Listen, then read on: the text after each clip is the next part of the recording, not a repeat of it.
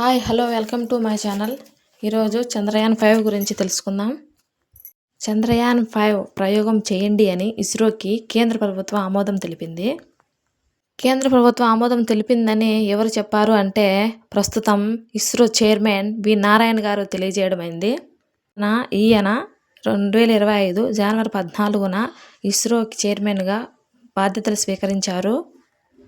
ఈ చంద్రయాన్-5ని భారతదేశం జపాన్తో కలిసి ఈ ప్రయోగం చేయబోతుంది.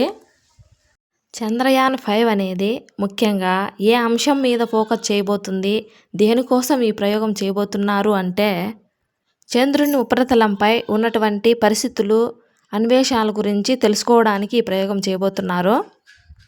ఇందులో భాగంగా ఒక రోవర్ను కూడా పంపించనున్నారు. ఆ రోవర్ వెయిట్ వచ్చేసి 225 కేజీలు ఉంటుంది. ఇలాంటి రోవర్స్ని ఎప్పుడైనా పంపించారా అంటే చంద్రయాన్-3 ప్రయోగంలో ఈ రోవర్ని పంపించారు. ఆ రోవర్ వచ్చేసి 25 కేజీలు. అది సాఫ్ట్ ల్యాండింగ్ చేసింది, విజయవంతమైంది కూడా. ఈ రోవర్ని చంద్రయాన్-3తో పోలిస్తే 10 రెట్లు ఎక్కువగా ఉంటుంది. ఇప్పుడు ఈ 225 కేజీల రోవర్ను సాఫ్ట్ ల్యాండింగ్ చేసేందుకు జపాన్తో కలిసి ప్రయోగం చేయబోతున్నాము అని వి నారాయణ గారు తెలియజేయడమైనది.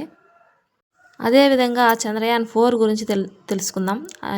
ఇది వచ్చేసి 2027కి షెడ్యూల్ చేయబడిందండి.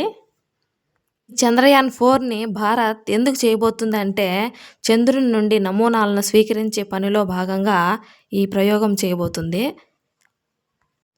చంద్రయాన్-2 విషయానికి వస్తే ఇది విఫలమైనది, సాఫ్ట్ ల్యాండింగ్ చేయలేకపోయింది, అందుకే విఫలమైంది ఇది. చంద్రయాన్-1 విషయానికి వస్తే ఇది 2008లో సక్సెస్ఫుల్ అయిందండి.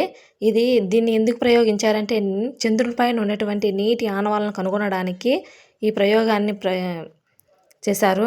ఇది సక్సెస్ఫుల్గా విజయవంతమైందని ప్రపంచ దేశాలకు తెలియజేయడమైనది. ఇస్రో స్థాపన వచ్చేసి 1969 ఆగస్టు 15న.